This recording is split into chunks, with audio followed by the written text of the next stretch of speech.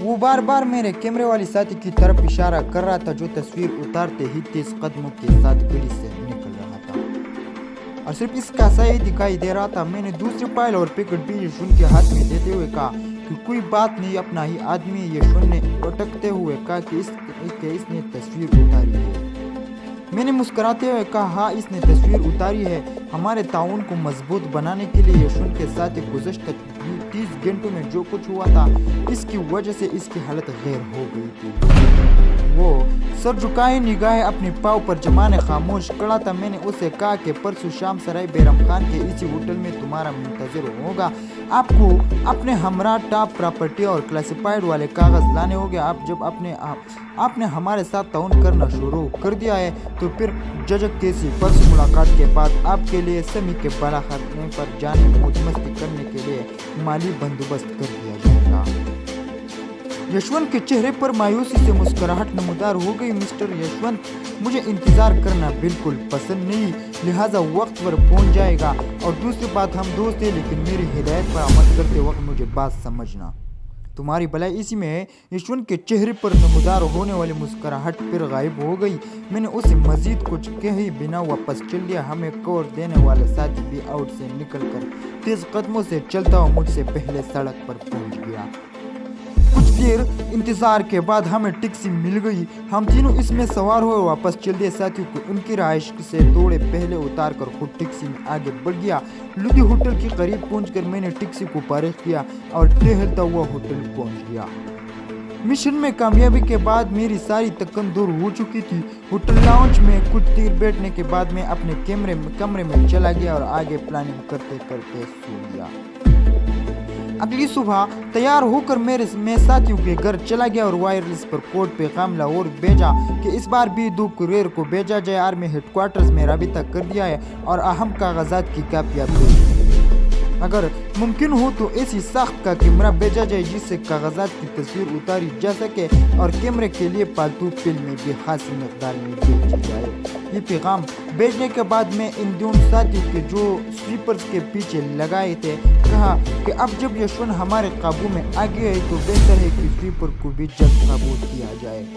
यशवंत ने हमें सिर्फ कापिंग ऑफिस में मौजूद कागजात मुहैया कर सकता है, इसकी दूसरे सीनियर ऑफिसर्स तक रसाई नहीं है। वहाँ सिर्फ स्वीपर्स ही दफ्तरी औकात के बाद जाते हैं और इनके जरिए वो नोटिस जिन्हें वो पाल कर रिंदी की टुकड़ी में फेंक देते हैं हासिल किए जा सकते हैं। मुझे अचानक ख्याल आया कि हेडक्वार्टर में 20 सिपाही वाले होते हैं, कौन किसकी सिपाही करते हैं। इसके मतलब इन स्वीपर के नाम और दूसरी मालूमात यशवंत से ही मिल सकती है। लिहाजा पहले इन स्वीपर के नाम मालूम किए जाए, फिर अब को ट्रेस किया जाए। दरअसल हालात के बदलने के साथ साथ हमें अपने प्लान भी चेंज करने पड़ते थे। यशवंत के ताउन से पहले हम ऐसे हाथ पांव मार रहे थे, मगर इसके ताउन के बाद एक मोहरा हाथ आ गया था और इससे हेडक्वार्टर के मुतल्लक मालूमात मिल सकती थी। लिहाजा जिन साथियों को मैंने स्वीपर्स को पीछे लगाया था इनको फिलहाल रोक दिया और वजह भी इनको बता दी। इस पर उन्होंने इत्तेफाक किया कि यशवंत के साथ राबिता होने के जैसे जैसे मैं सोचता था वैसे वैसे खतरात बढ़ते जाते थे। जब तक हम तहदामिन थे सेव थे, मगर यशवंत से राबिता एक अहम असासा हमारे हाथ आ गया था। लिहाजा अब हमको हर काम में पूंग कर कदम रखना थे। अगले रोज यशवंत से मिलना था। इस दौरान मुझे ड्रॉप के लिए महफूज जगह का इंतखाब करना था, क्योंकि बार बार यशवंत से मिलने में शक की निगाहों में आ सकता था।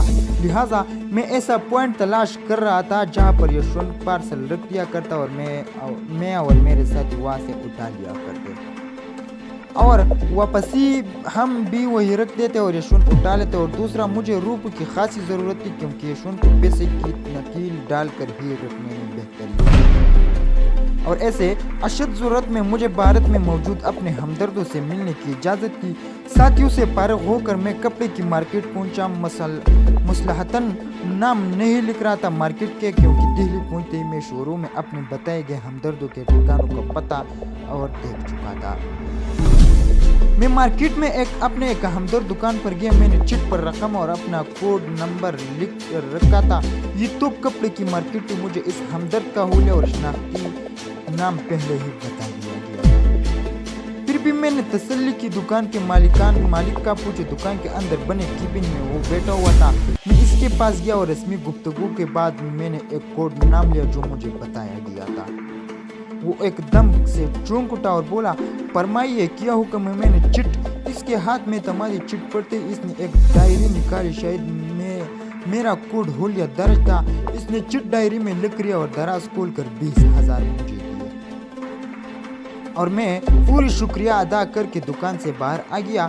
शायद पहले भी अर्ज कर चुका हो कि इन हमदर्दों को हमारा महकमा हमारा लिया हुआ पैसा गैर मुल्की करेंसी में प्रदान करता है और हर हमदर्द के पास महकमे की खासी रकम मौजूद होती है।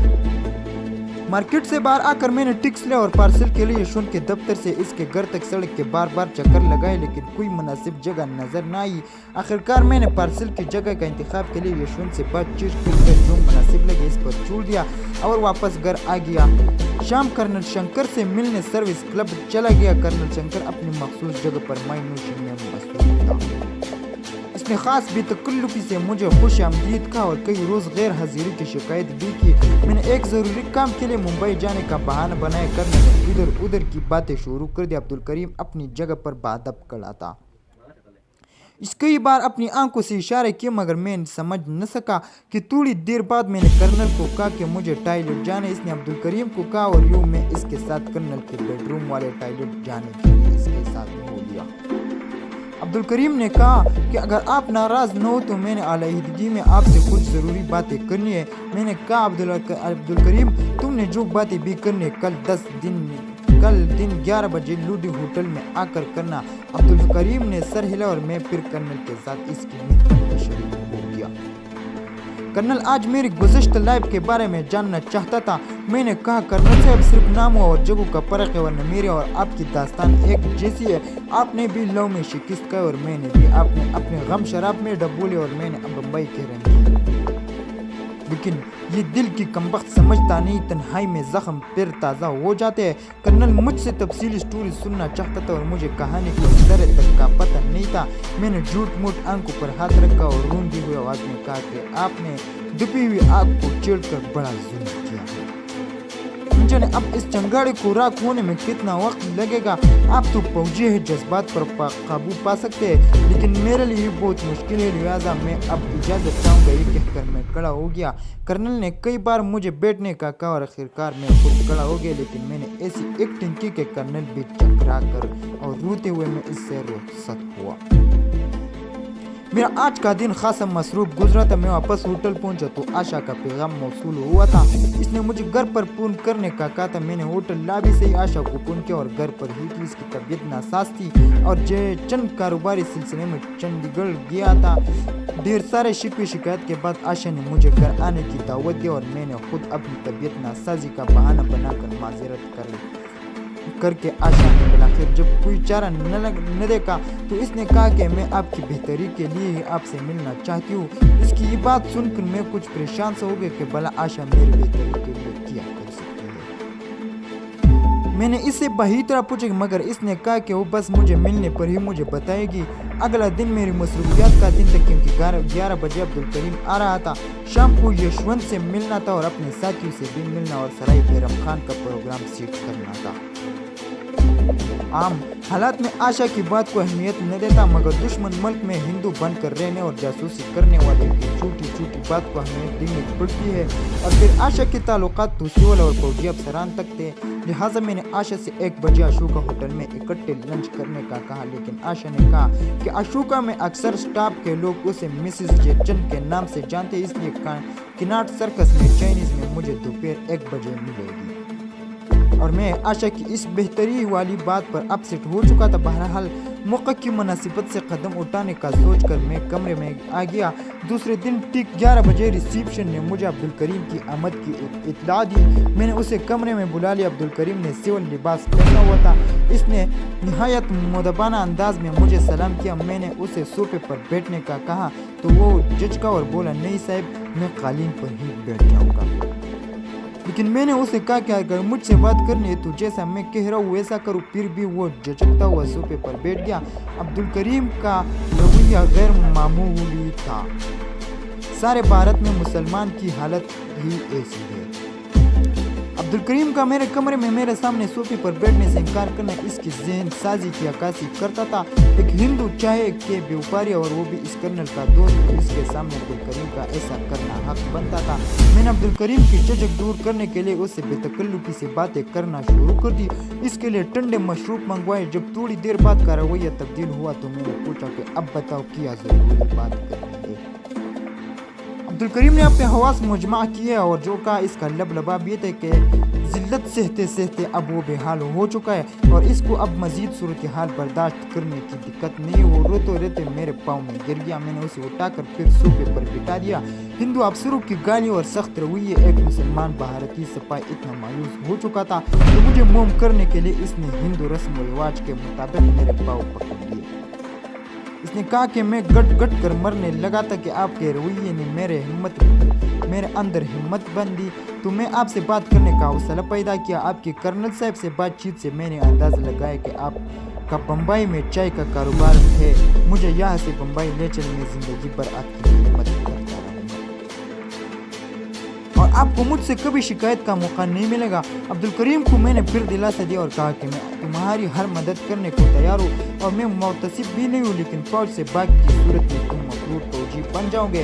पुलिस तुम्हारी तलाश करेगी या तुम पकड़े जाने की सूरत में लंबे अरसे के लिए जेल जाओगे या फिर सारी जिंदगी मफरूर की हैसियत से गुजार दोगे। पुलिस तुम्हारे रिश्तेदारों को तंग करते रहेगी। ये कहकर मैं चुप हो गया और ज़रा तवक्कुफ के बाद उसे खरीदने के लिए कहा कि तुमने तो अच्छी तरह देख लिया होगा कि हमारे मुल्क में मुसलमानों के साथ कैसा जलील वाला सलूक किया जाता है। मैं बहुत खुले दिल का आदमी और अपने मजहब की तंग नजरी से बहुत नाला हूँ। तो ये था गाजी नावल का 14वां किस्त का दूसरा हिस्सा। 15वां किस्त इंशाल्लाह बहुत जल्द उर्दू दुनिया के स्क्रीन पर आप लोगों के लिए पेश किया जाएगा। शुक्रिया वस्सलाम।